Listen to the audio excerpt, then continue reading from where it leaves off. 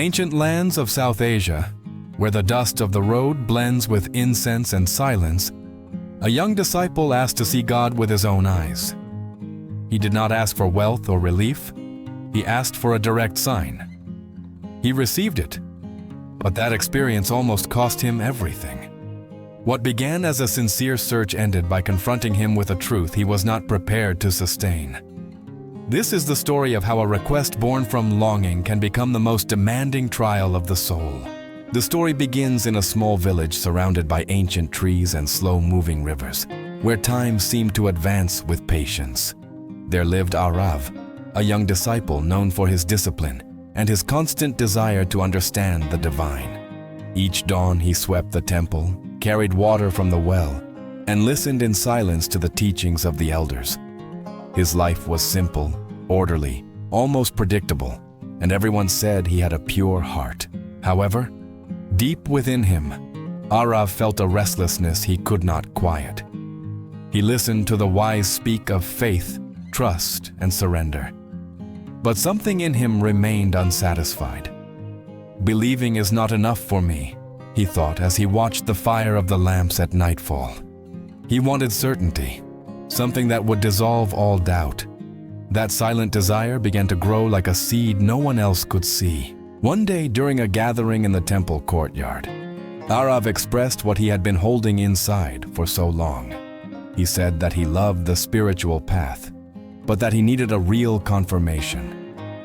The elders looked at one another cautiously. Some lowered their gaze. Others gently shook their heads. The village, listening from a distance, began to murmur. For many, his request sounded bold, even reckless. His teacher, a man with a calm voice and a deep gaze, did not scold him. He simply said, "There are truths that are not sought with the eyes, because not everyone is ready to see them." But Arav insisted. The more they asked him for patience, the firmer his desire became. That night, as the wind moved the leaves like ancient whispers, the young man made a decision that would shatter the calm of his everyday life. From that night on, Arav began to withdraw from the others. He fulfilled his duties, but he no longer listened with the same attention. While the other disciples repeated prayers, he watched the sky as if waiting for a direct answer. The village noticed the change. Some said his faith was strong. Others whispered that doubt had begun to rule him. No one knew that within Arav, a silent conflict was taking shape. Seeking clarity, Arav began to fast more than usual and to spend long hours in solitude. He sat near the river as the sun set, and the world seemed to come to a halt. The sound of the water calmed him, but it also intensified his inner question. If God exists, why not reveal himself? He thought. Each day that passed without an answer increased his anxiety, even though outwardly he maintained a serene expression.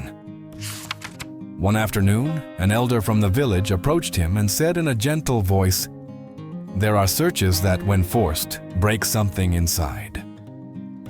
Arav thanked him for the advice but did not accept it. He felt that turning back now would be to live only halfway. That same night, he decided to withdraw to a nearby hill, a place where it was said that many had felt a deep presence, though no one spoke of it lightly. On the hill, the air felt different, heavier. The silence carried weight. Arav lit a small lamp and closed his eyes. He spoke his request with a steady voice, without detours. He did not ask for protection or guidance. He asked to see. For long minutes, nothing happened, only the wind and his breathing. But then, something changed. It was not a sound nor a light. It was a sensation that pierced his chest. Arav felt the ground was no longer firm beneath his feet. A strange calm blended with a fear he had never known. He opened his eyes, expecting a clear vision, but what he encountered was an inner intensity impossible to describe. There was no form, no image, only an overwhelming certainty that made him feel small, exposed, as if everything he was had been laid bare. When Arav returned to the village at dawn, Something in him had changed.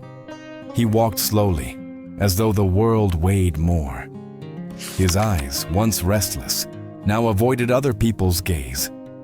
Some disciples felt uneasy when they saw him. He was not ill, but he did not seem at peace either. The village began to say that his search had gone too far. Arav answered no one. Inside him, the experience continued to vibrate, without shape or words. In the days that followed, he tried to return to his normal life, but nothing fit the same way. Prayers felt empty, teachings felt incomplete. He had touched something real, too real, and now everything else seemed like a shadow. That sensation, which at first he believed was an answer, began to turn into a burden. The more he tried to understand it, the farther away the calm he had sought from the beginning drifted.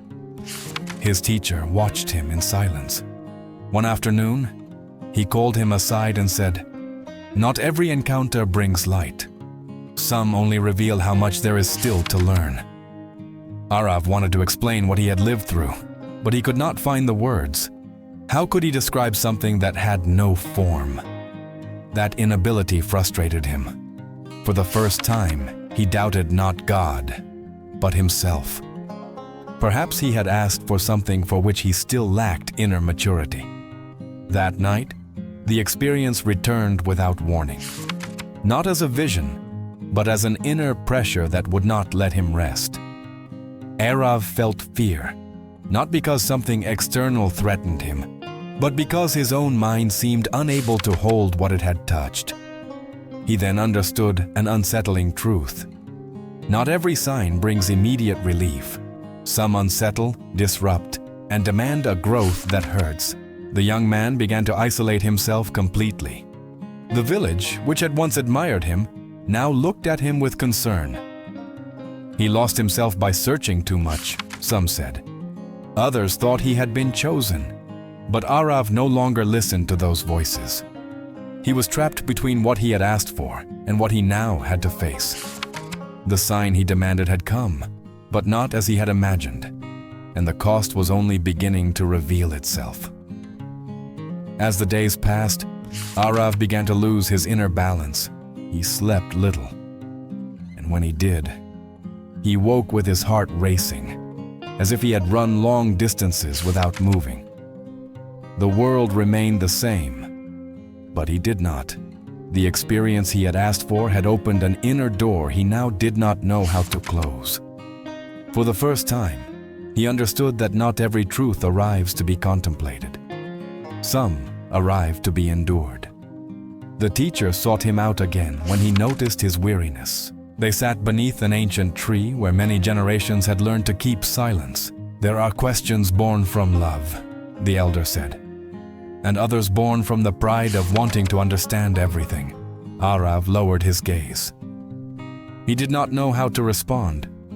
In that moment, he understood that his desire had not been only faith, it had also been impatience. That night, the inner pressure reached its highest point. Arav felt his mind fill with contradictory thoughts, like voices that did not argue, yet did not arrange themselves either. It was not external confusion, it was an inner overload. He wanted to flee, but there was nowhere to go. What he had asked for was not outside of him, it was within, and now it demanded transformation or collapse. At dawn, the village found him sitting in front of the temple, exhausted. He was not defeated, but he was not whole either. Some thought he had failed. Others believed he had touched something forbidden. No one fully understood. Only his teacher, upon seeing him, knew that Arav was standing at the most delicate threshold of all. The moment when one must decide whether to resist or to surrender before what one does not understand. In a barely audible voice, Arav spoke for the first time in days. "I asked to see without knowing what it meant to carry," he said. Those words fell like a deep echo. In that instant, he understood that the experience had not come to destroy him, but to show him his limits. The real danger had not been the sign itself, But believing he was ready without having prepared his inner life, the teacher stepped closer and placed his hand on Arav's shoulder. He did not give him new answers. He simply asked him to breathe and remain. In that silence, the young man understood something decisive. The experience was not meant to show him God, but to show him his own fragility. The sign had not been a reward, but a mirror, and that recognition marked the highest point of his inner tension. Arav stopped resisting. For the first time, he did not try to understand or control what he had lived through. He accepted his limit. In that simple act, the pressure began to fade. It did not disappear immediately, but it no longer ruled him. He understood that the sacred does not always reveal itself as clarity. Sometimes it appears as a weight that teaches humility. What had almost broken him began to bring order within. As the days passed, Arav returned to simple tasks. Sweeping the temple, carrying water, listening. He no longer sought signs. Something had changed. The village noticed his renewed calm, different from before. It was not enthusiasm, it was depth. Some asked what he had seen. Arav only replied, "I saw that not everything should be asked for before learning how to carry it." The teacher, upon hearing him, smiled. He knew the experience had fulfilled its purpose.